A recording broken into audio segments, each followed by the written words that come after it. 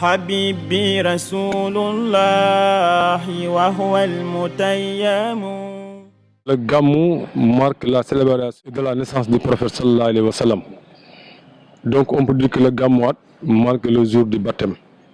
Maulana Cheikh Ibrahima Niass avait un amour illimité envers le prophète Mohammed sallallahu alayhi wa sallam. C'est pourquoi le Gamou uniquement ne le suffisait pour enseigner, pour propager les qualités et le comportement du prophète sallallahu alayhi wa sallam, ou bien la vie et l'œuvre de Mohammed sallallahu alayhi wa sallam. نوره أول الوجود وجودا فهو أصل الوصول والأنجال. C'est pourquoi après le jour de la naissance, la célébration de la naissance, le Gamou, on l'appelle Gamou Goumak, qui est un rendez-vous pour tous les talibés à travers tout le monde, à travers le monde entier. Après cette célébration, une semaine après, donc on va revenir encore pour célébrer ce qu'on appelle le Gamouat. Mais au vivant du Maulana Cheikh Ibrahima Niass, il célébrait le Gamouat à Léona, devant le domicile de son père, Alhaji Abdoulaye Niass. Une année, l'année qui suit, donc il le célèbre à Léona coopérative, devant sa maison qu'il avait auprès de la famille de Kanen. Et il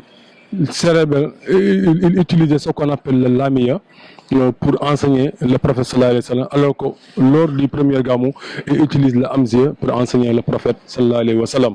Et maintenant, il y a beaucoup de talibés, surtout les étrangers, ils viennent pour participer à la célébration du premier Gamou, et après ils retournent chez eux pour célébrer le deuxième Gamou, ce qu'on appelle le Gamouat, avec leurs disciples qui n'ont pas les moyens ou bien les capacités, ou bien qui ont empêché de venir à Médina. Donc ils retournent pour leur enseigner ce qu'ils ont reçu à Médina. Il a commencé à faire le Gamouat depuis qu'il est venu à Médina.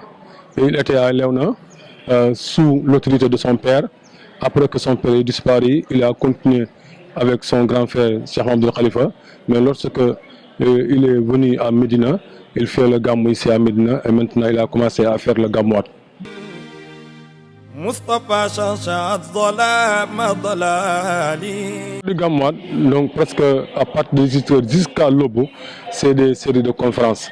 Il y a des professeurs, des éléments, des savants qui se succèdent avec des thèmes différents, avec différents thèmes pour enseigner le prophète, pour montrer la voie à suivre, parce que pour accéder à Dieu, donc il faut qu'on suive le prophète sallallahu alayhi wa sallam. C'est le prophète qui est la porte de Dieu. نور شمس تبلغت النسمسل. C'est pourquoi donc nos anciens, surtout mon ancien Niass, donc ils faisaient tout leur possible pour enseigner le prophète sallallahu alayhi wa sallam et pour faire connaître aux disciples qui est le prophète sallallahu alayhi wa sallam.